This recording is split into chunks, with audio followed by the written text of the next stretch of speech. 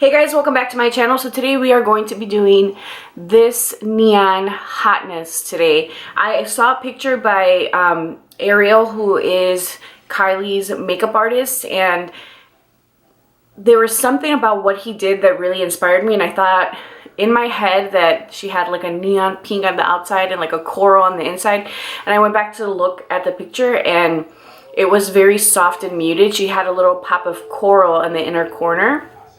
But I took my color spin on it and I really like the way it turned out. I know that this is not going to be for everybody. This is more of a fun tutorial, and I will tell you guys that these little mini palettes are amazing, the neon ones. I've played with the orange one. I owned that one before. This is a new one to my collection, but I will tell you guys that neons are very difficult. They tend to sheer out, and these can sheer out a little bit, but I show you guys just how I apply it and build it so that it really stands out and pops. So if you guys want to see how I got this look, let's go. Alright guys, so I'm going to prime with my Lay and Low paint pot, and I'm just going to get this all over my lid. And neutral lids, just what I love. I'm actually going to go in with my Jouer powder, and I'm going to just use that to set the primer. And it felt pretty dry already, but I want to make sure that I don't have any skipping. Therefore, I'm going to take a little layer of powder and make sure it's all nice and dry. So today we're going to play with the Huda Neon palette, and this is obviously the pink. And the first shade I'm going to take is, dang, this is hard, this light one here. So this is what the palette looks like. I'm going to start off with the lightest, which is the first one here. And I'm going to apply that in the crease. I'm actually getting ready for work. I'm going to be off tomorrow. Tomorrow is Monday. And I'm going to use that time to kind of get my life back together. It's been kind of crazy. My house, I feel like, never really fully recovered from the holidays, and I want to just go back to cleaning. I was cleaning every day, guys, like even if it was just like vacuuming, making sure that things were put away. Like, I had gotten into this routine and I feel like I've lost it. I'm gonna take this pink here, and I don't like it. Like, I feel like I need to go back to having, yes, my routine, and it just made me feel better, you know? And my office is a mess, so I need to get that in order. Yesterday I filmed my yearly favorites, and so I had put everything that I had out basically like in a basket. And it made a difference because it cleared up the space. I'm like, yeah, this is what I need. I need to go back to having organization. So that will be my plan for tomorrow. Maybe even I'll start tonight so that tomorrow I don't have to go as crazy. I was actually worried about how these colors were going to translate. And if you guys notice, I'm actually taking the product and pressing it into the lid, because neons are very difficult to keep the intensity. So like, even if you notice, like once I start to blend out towards the center, you can see how much it shears out versus when I pack it on. When I pack it on, then I get like full-blown hot pink. And then obviously we want to shear it out as we're getting closer to the inner corner, because we're going to go in with another shade. But we really want that pink to be vibrant, and I think that if you're patting the product on, wow, it is definitely very pigmented. And I'm just going in and blending out these edges. It's super cold in Chicago today. It's right now, I think it's like 8 degrees, and it's supposed to get up to 18, I think, or 13, 18. I'm hoping that it's a pretty easy day. Okay, So now I'm going to go in with this shade here, which is just like a neon coral. And I'm going to use the other side of this brush. And I'm going to place this here in the inner corner. And I'm using this brush because it's very firm and the shape of it actually fits really well in the inner corner here. Then I'm going to flip it to the pink side and just kind of blend the two. I know this look is not for everyone, but I saw, I think it was Kylie Jenner's, I think it was her artist, Ariel, who had posted this picture of her. I want to say it's a new collection or something that's coming out, but I saw it and I'm like, oh, that's really pretty. And then I just started to think, like, how can I kind of mimic that idea? Because I think he used like softer colors and I'm going like super bold and neon, and I really thought that this palette had these colors and they're close enough.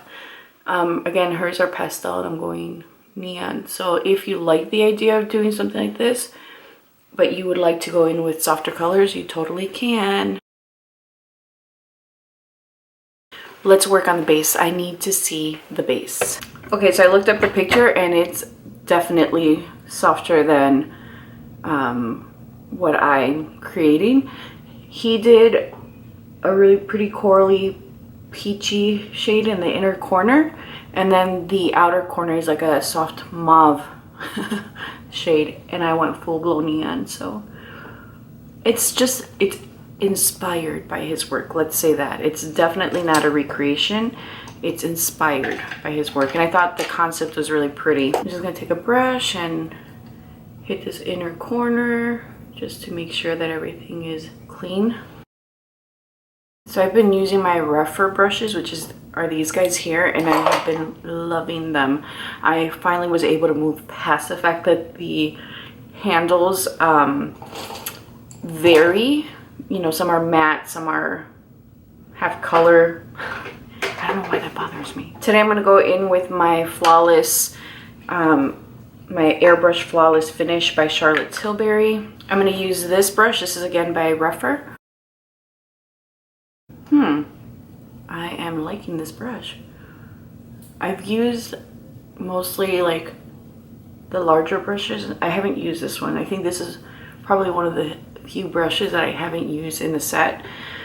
I like a bigger brush, but this guy, damn, it's definitely covering a lot of real estate with such a small little head. This brush did a beautiful job at really buffing the actual foundation in and getting around like these really small spaces. Like, damn. I'm just taking whatever's left over on the brush and touching up the pink.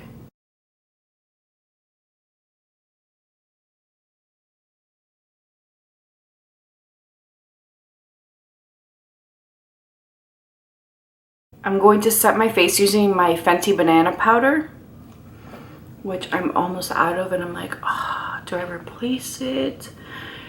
Do I wait and use up what I have? And I think I'm gonna do that because I have so many powders. And I'm big on complexion, guys, like powders, foundations, concealers. I really love perfecting the skin. I get asked all the time by clients, like, oh, what's your favorite part about doing makeup? And honestly, it's always been the skin. I remember people always be like, really? And the way that I explain it is that I think that if you can help someone, and I guess it depends, right? So like some people have naturally perfect skin, and then you have other people who have challenges, and challenges could be like, you know, hyperpigmentation, acne, rosacea. You know, I think the most impactful experience I had with a client was, it was this Indian wedding that I did makeup for, and the girl had really bad cystic acne, and she didn't want to get her makeup done because, and she literally said to me, like, you know, they're trying to get me to get my makeup done, but what's the point? You can't change the way my skin looks. And I said, you're right. I said, because, you know, unfortunately your skin has a lot of texture, and she had a lot of like visible breakouts that were just, you can see them. And I said, but I can color correct the redness in the actual breakout so your skin looks even. I can, you know, change what your skin looks like in basically in the pictures. And so we, you know, did her makeup, and sure enough, she wanted me to do the rest of her makeup. There was, I think, I had to do 2 looks for all of them. So she ended up actually getting her makeup done, and the confidence behind it, because obviously you can't change the appearance of the skin, right? The texture, you can't change that, but you can definitely, you know, alter some things so that it makes you feel better. It's not as obvious. So yeah, I'm gonna go in with my bronzer. I'm gonna take this darker shade here, and I'm using a small little detail brush by Refer, and I'm going to just run that along my lower lash line. I'm just kind of doing this to add some definition, but also to kind of remove some of the powder that I have there so that I can really start working on the lower lash line. I'm gonna actually remove this bake now because I just remembered that this powder, while beautiful, it's really heavy duty. So I don't want this really dry looking under eye. I'm so glad I'm like, that's a Rihanna powder. But while we're on bronzer, let's bronze the complexion. I'm going to use the same bronzer. I have been trying not to use this on camera because people can't get it, but it is one of my favorites and I would like to use it up. So this is by St. Tropez, and I like to mix the 3 of them. One of my good friends actually was like, oh, I need that bronzer. And I was like, oh, it's no longer available, but it's just so easy. And then she said, when we were talking, I'm like, sorry, because I was really trying to hunt one down for her for Christmas. But instead I ended up getting her the Hula Light because she's very fair. And she said, she's like, well, whenever you hit pan on something, I know it's gotta be good because you have so much stuff. And sure enough, I hit pan. I'm gonna make this work for me actually. I'm going to make sure that I'm also going to take this Anastasia bronzer in Cappuccino, and I'm just going to add a little bit of that just because the St. Tropez, while buildable and pretty, I want just a little bit more warmth. Okay, so I'm gonna go ahead and do my eyebrows and then we'll come back to finish the rest of this look, but I feel like I need to see the eyebrows. Okay, so I want to show you guys something. The pink has transferred to my lower lash line, right? So I wanted to clean that up and I went in with my foundation brush, and so it just added, look at how pale my hands look. It added some unwanted texture. So how do I fix that, right? Because now it looks lifted, it looks big, it looks bad. So I'm gonna go in with my NARS creamy or my comfort concealer, and this concealer does a beautiful job at giving you coverage, but also it layers beautifully on top of powder and it doesn't add any texture. So I'm going to take that under my eyes and then we're gonna buff it in. But I've had this happen to me before where like I try to fix something and instead of fixing it, it looks worse. And I've learned that this concealer is tried and true a savior. Like it is just that concealer that's going to help correct any mistakes, any texture, any like bunching up. To keep control, I'm actually just going to take a little eyeshadow brush and then just blend this out. I hope that this doesn't continue to happen because I'm gonna have pink under eyes, and I'm concerned already because I'm like, this is going to stain my eye. Good thing I'm not working tomorrow. Yes, there it is. Hey baby, looking good.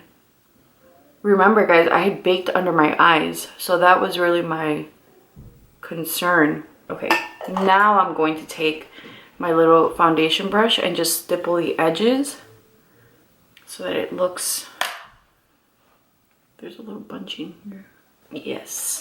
The other trick to smoothing out the eyes is I like to take my Charlotte Tilbury powder with a brush like this, and I like to just pat that under the eyes. Remember, this powder has blurring technology, so it's going to blur, obviously, right? And it's not heavy, it's not cakey, it doesn't look like you have a crap ton of powder on your face.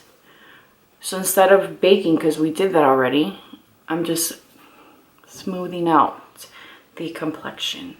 I'm gonna actually take the same powder and lightly dust it all over my face. Okay, I'm gonna take my bronzer and I'm going to use that right under my eyes. And then I think we're gonna go in with the coral.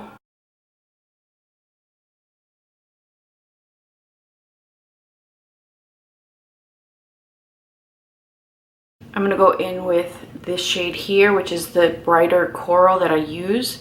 And I'm taking this really fine brush and I'm just going to lightly integrate that to the lower lash line. But again, putting down that bronzer helps mute it so that it's not super bright. For my blush, I'm going to be using Peach Blossom by Sephora Collection. I love this blush so much. I just want something that's going to complement the colors and just kind of give me a little bit of a pop. I'm going to bring it up a little bit, just to kind of marry it all together. And then just so you guys know, I use the Anastasia Glow Setting Spray because my skin was looking a little dry. I don't know. I mean, I've been doing some treatments at home and really to exfoliate my skin. So I'm pretty sure that that's what may be causing the little bit of dryness that I'm seeing.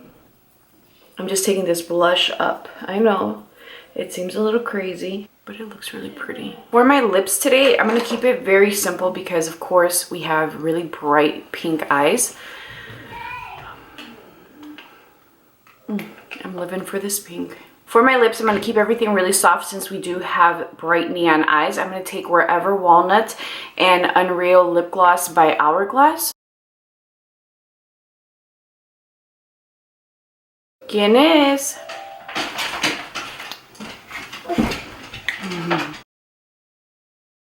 Okay guys, here is the final look.